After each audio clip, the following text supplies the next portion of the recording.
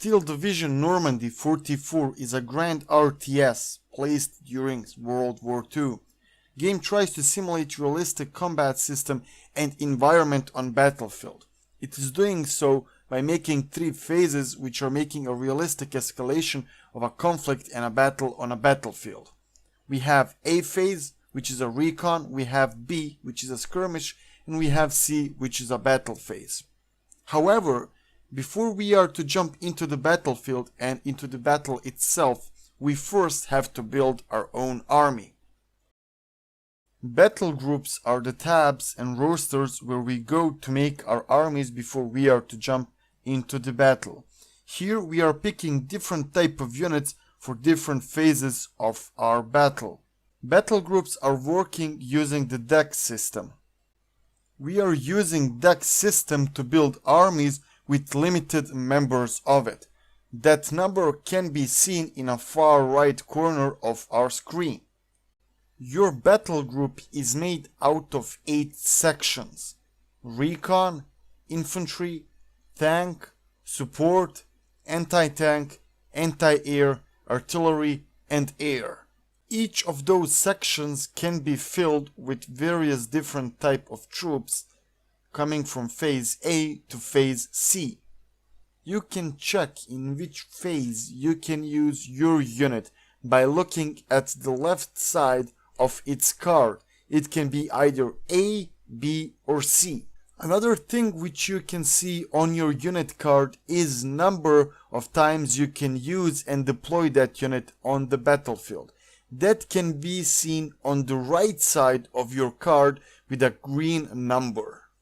On your unit card you can also see the veterancy, which is on the top of your unit. You can either have 1, 2, or 3 stars on your unit. Units with more stars will have better accuracy, stamina, and overall performance. They are basically a veterans or a highly trained or elite units. Besides phase, number, and veterancy, on your infantry card you can also see is that infantry unit capable of fighting against vehicles or tanks. That can be seen if you are to watch at the right upper corner and try to find that yellow circle, which will show you that they are capable of fighting against enemy vehicles. Infantry can be deployed in 2 different ways. First, using a deployment or transport trucks, which are only usable once, or using the half tracks or armored vehicles, which can stay on the battlefield and provide a valuable firepower for your infantry troops.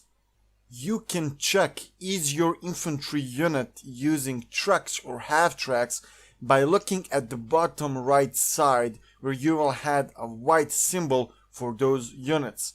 As well, you can click on those units, and by clicking at them you will see what do they come with, either half tracks or trucks. You can inspect the half track by hovering your mouse over that on the right side of your screen where you will select that unit.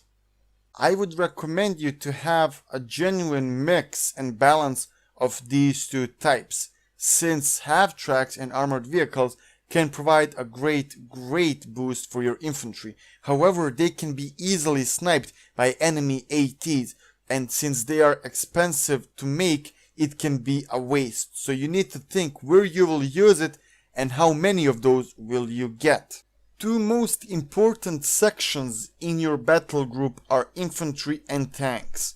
Make sure that both of those are filled first and with the best roster, which will suit your type of gameplay on the battlefield.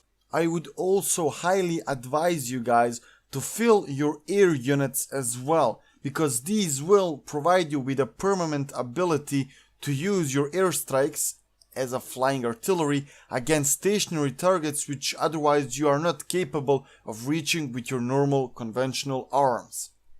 After infantry and tanks, second priority should be to provide a decent number and quality of your recon. These are really important part of your battle groups. Since I will not go in depth regarding the mechanics of the game and the tactics, I will just mention that the eyes on the battlefield which recon will provide will be of crucial importance for your victory. By filling your roster in a battle group with a good quality scouts and a different type of scouts, you will provide your army with much more versatility up front. No army is good without its leader. You can find leaders inside infantry section, tank section, or even a support section. Units which are leaders usually have a white star on the left upper corner of their card. These units will provide you with increase in boost, with performance, accuracy, and all around performance of the troops.